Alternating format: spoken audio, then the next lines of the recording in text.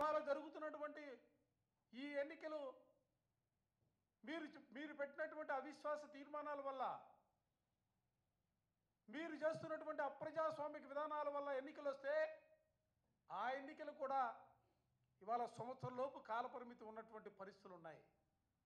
ఆ సంవత్సరంలోపు కాలపరిమితి ఉన్నప్పటికి కూడా ఎందుకు ఈ ఎన్నికల్లో అక్రమాలు చేస్తూ ఉన్నారు, దౌర్జన్యాలు చేస్తూ ఉన్నారు, ప్రలోభ పెడతా ఉన్నారు, ప్రజాస్వామ్యాన్ని కూలీ చేస్తూ ఉన్నారని అడుగుతూ ఉన్నా.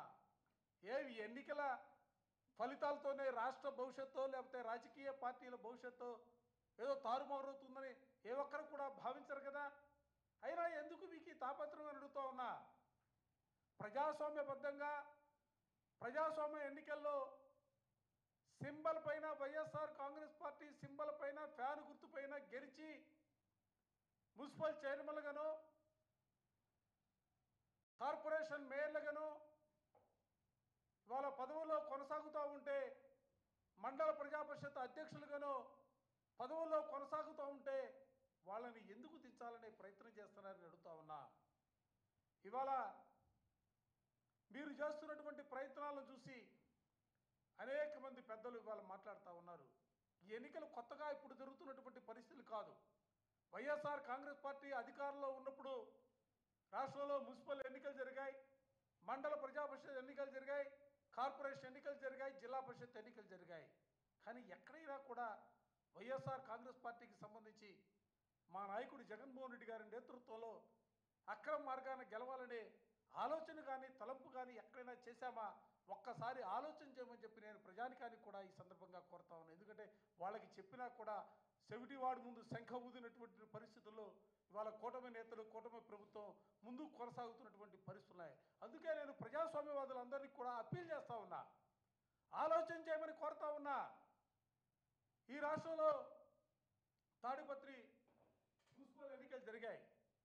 తాడిపత్రి మున్సిపల్ ఎన్నికలు జరిగితే తెలుగుదేశానికి 18 సీట్లు వచ్చాయి కౌన్సిలర్స్, వైఎస్ఆర్ కాంగ్రెస్ పార్టీకి 16 సీట్లు, 2 సీట్లు ఇండిపెండెంట్లు గెలిచినటువంటి పరిస్థితులు ఉన్నాయి. కానీ ఆ రోజున జగన్మోహన్ రెడ్డి గారు తీసుకున్నటువంటి నిర్ణయం కానీ, ప్రభుత్వం చేసినటువంటి ఆలోచన కానీ ఒక్కసారి ఈ సందర్భంగా రాష్ట్ర ప్రజానికానికి చెప్పదలుచుకున్నా. జగన్మోహన్ రెడ్డి గారు ఒక్క మాట చెప్పారు, మనకి ప్రజలు సంపూర్ణమైనటువంటి మెజార్టీ ఇవ్వనటువంటి పరిస్థితుల్లో దయచేసి ఎక్కడా కూడా ఆ పార్టీలో గెలిచినటువంటి వాళ్ళని వైఎస్ఆర్ కాంగ్రెస్ పార్టీలోకి తీసుకురావడానికి ప్రయత్నం చేయొద్దు. ప్రజాస్వామ్యబద్ధంగా ఎన్నికలు జరగాల.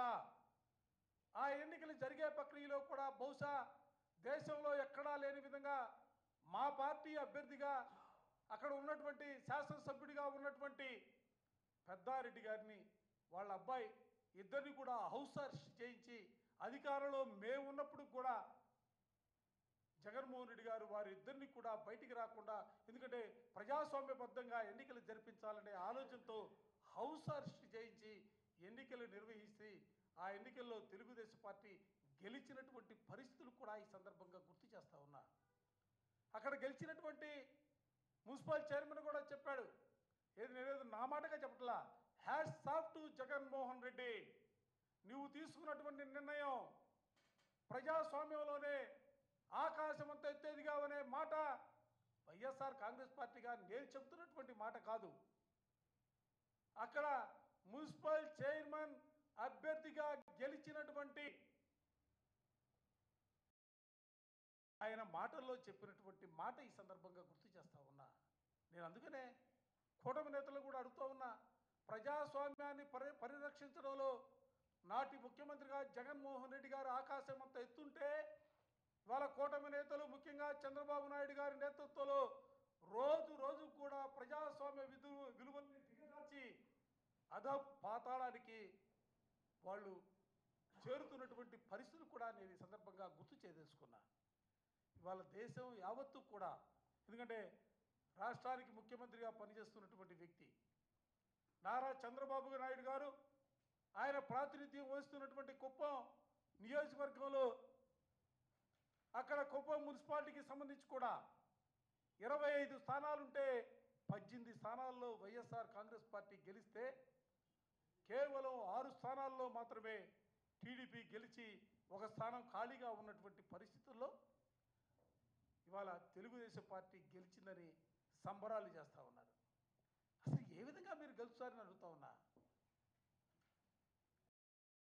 18 చోట్ల గెలిచినటువంటి పార్టీ అధికారంలో ఉండాలా, గెలవాలా? 6 చోట్ల గెలిచినటువంటి తెలుగుదేశం పార్టీ గెలవాలా? అసలు ఏమిటి దౌర్భాగ్యం అని అడుగుతా ఉన్నా. అసలు ఏ దిశగా ఈ రాష్ట్రాన్ని మీరు తీసుకెళ్లాలని ఆలోచన చేస్తున్నారని అడుగుతా ఉన్నా. ఎందుకంటే మీరు చెప్పే మాటలకి చేసే పనులకి ఎక్కడైనా పొంతన ఉందా అని నేను అడగదలుచుకున్నా. విశాఖపట్నంలో చూసుకున్నా, గుంటూరులో చూసుకున్నా, తునిలో చూసుకున్నా, తాడిపత్రిలో చూసుకున్నా, మాచర్లో తీసుకున్నా, ఎక్కడ తీసుకున్నా కూడా సంఖ్యాపరంగా వైఎస్ఆర్ కాంగ్రెస్ పార్టీకి సంపూర్ణమైనటువంటి మెజార్టీలు ఉన్నటువంటి పరిస్థితులు ఉన్నాయి. మాచర్లో 31 వైఎస్ఆర్ కాంగ్రెస్ పార్టీ గెలిచిందే. ఇవాళ మీ అభ్యర్థిని పెట్టారే, మీరు చైర్మన్గా గెలిచారని సంబరాలు చేస్తూ ఉన్నారే. ఆయన ఏ పార్టీ సింబల్ మీద గెలిచారని నేను అడుగుతా ఉన్నా. తులికి సంబంధించి 30 స్థానాల్లో 30 స్థానాలు వైఎస్ఆర్ కాంగ్రెస్ పార్టీ ఆ రోజు గెలిస్తే ఇవాళ 28 స్థానాల్లో వైఎస్ఆర్ కాంగ్రెస్ పార్టీ గెలిచినటువంటి అభ్యర్థులు ఉంటే 2 చోట్ల ఓడిపోయిన 2 చోట్ల చనిపోతే ఇవాళ ఖాళీగా ఉన్నటువంటి పరిస్థితులు ఉంటే 28 చోట్ల వైఎస్ఆర్ కాంగ్రెస్ పార్టీ కౌన్సిలర్ది వాళ్ళని తీసుకెళ్ళి ఇవాళ మీరు చైర్మన్గా పెట్టారు. ఏ పార్టీ గుర్తు మీద గెలిచిన వాళ్ళని పెట్టారని అడుగుతా ఉన్నా. అసలు కనీసం జ్ఞానం ఉండదా? వైఎస్ఆర్ కాంగ్రెస్ పార్టీ గుర్తుపైన గెలిచినటువంటి వ్యక్తుల్ని ప్రలోభపెడతాం, మభ్యపెట్టడం, భయపెట్టడం, ఓట్లు వేయించుకోవడం మాత్రమే కాదు, ఎన్నికల్లో సైతం కూడా వాళ్ళనే చైర్మన్లుగాను నిలబెట్టుకొని వైఎస్ఆర్ కాంగ్రెస్ పార్టీ అభ్యర్థులే గెలిచిన వాళ్ళనే మా వాళ్ళుగా ప్రకటించుకున్నటువంటి పరిస్థితులు బహుశా రాష్ట్ర చరిత్రలో ఎక్కడా కూడా, దేశ చరిత్రలో రాష్ట్రంలోగా దేశంలో కూడా ఎక్కడా కూడా చూడవు. ఆంధ్ర రాష్ట్రంలో మాత్రమే ఇటువంటి పరిస్థితులు కనిపిస్తూ ఉన్నాయి. దయచేసి ఇది ప్రజాస్వామ్యానికి మంచి పరిణామం కాదు. ఈ విధమైనటువంటి పరిస్థితులు ఒక పక్క ఉంటే మరో పక్క ఎల్లో మీడియా వాళ్ళకి సంబంధించినటువంటి పత్రిక పుంఖాలుగా వార్తలు రాస్తూ ఉన్నాయి. అంటే వైఎస్ఆర్ కాంగ్రెస్ పార్టీలో గెలిచిన వాళ్ళకు కూడా వాళ్ళ పార్టీ బలాలుగా చూపించే ప్రక్రియలో వాళ్ళు పుంఖాలుగా వార్తలు రాసి ప్రజల్ని మభ్యపెట్టే కార్యక్రమాలు చేస్తూ ఉన్నారు. అన్నీ కూడా ఈ పరిపాలన ఏ దిశగా సాగుతుందో ప్రజాస్వామ్యవాదులు, నేను ఇవాళ కోరుకునేది ప్రజాస్వామ్యవాదులందరినీ కూడా ఆలోచన చేయమని చెప్పి నేను ఈ సందర్భంగా అడుగుతా ఉన్నా. ఇంతటి దౌర్భాగ్యమైనటువంటి పరిస్థితులు బహుశా దేశంలో ఏ రాష్ట్రంలో కూడా చూసే పరిస్థితులను ఒక్క ఆంధ్ర రాష్ట్రంలోనే ఇటువంటి దౌర్భాగ్యమైనటువంటి పరిస్థితులు